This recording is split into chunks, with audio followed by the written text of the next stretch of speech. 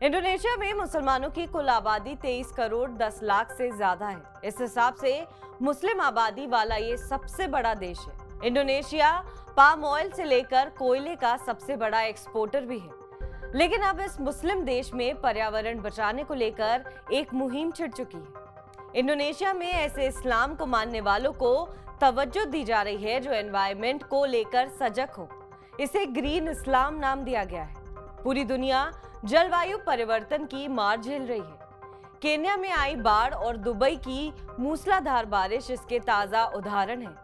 Indonesia की राजधानी है जकार्ता।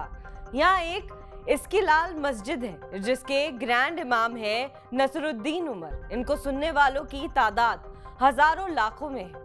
वो ना सिर्फ इस्लाम की अच्छी बातें लोगों को सुनाते हैं बल्कि पर्यावरण को लेकर लोगों को जागरूक भी करते हैं।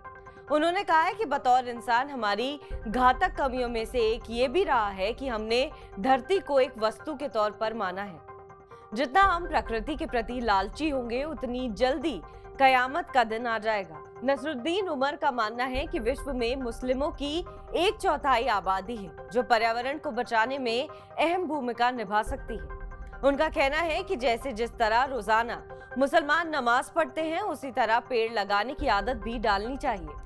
नसरुद्दीन उमर सिर्फ बातें ही नहीं कर रहे, वो जकार्ता की इस्किलाल मस्जिद के ग्रैंड इमाम हैं जिन्होंने खुद उदाहरण पेश किया है।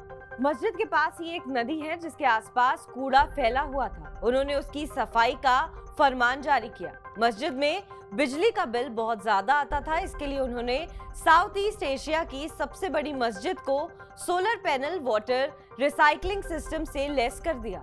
इन बदलावों की वजह से इस मस्जिद को वर्ल्ड बैंक से दुनिया की पहली इबादत वाली ग्रीन बिल्डिंग का खिताब मिला है। ग्रैंड इमाम कहते हैं कि वो पैगंबर मोहम्मद के ही निर्देशों का पालन कर रहे हैं जिन्होंने कहा था कि मुसलमानों को प्रकृति का ख्याल रखना चाहिए। 200 मिलियन आबादी वाले देश में वो अकेले नहीं हैं बल्कि अधिकतर मुस्लिम इस्लाम के जरिए पर्यावरण के प्रति जागरूकता लाने में जुट गए। हालांकि इंडोनेशिया के कुछ मौलवी पर्यावरणवाद को धर्म से परे मानते हैं। कुछ सर्वे ये भी कहते हैं कि इंडोनेशियाई लोगों में ये भरोसा है कि इंसानी गतिविधियों के कारण क्लाइमेट चेंज नहीं हो रहा। बहरहाल आपको हमारी खबर कैसी लगी कमेंट सेक्शन पर जरूर बताएं। देश और विदेश की तमाम बड़ी खबरों के लिए आप देखते रहिए TV9 भारतवर्ष।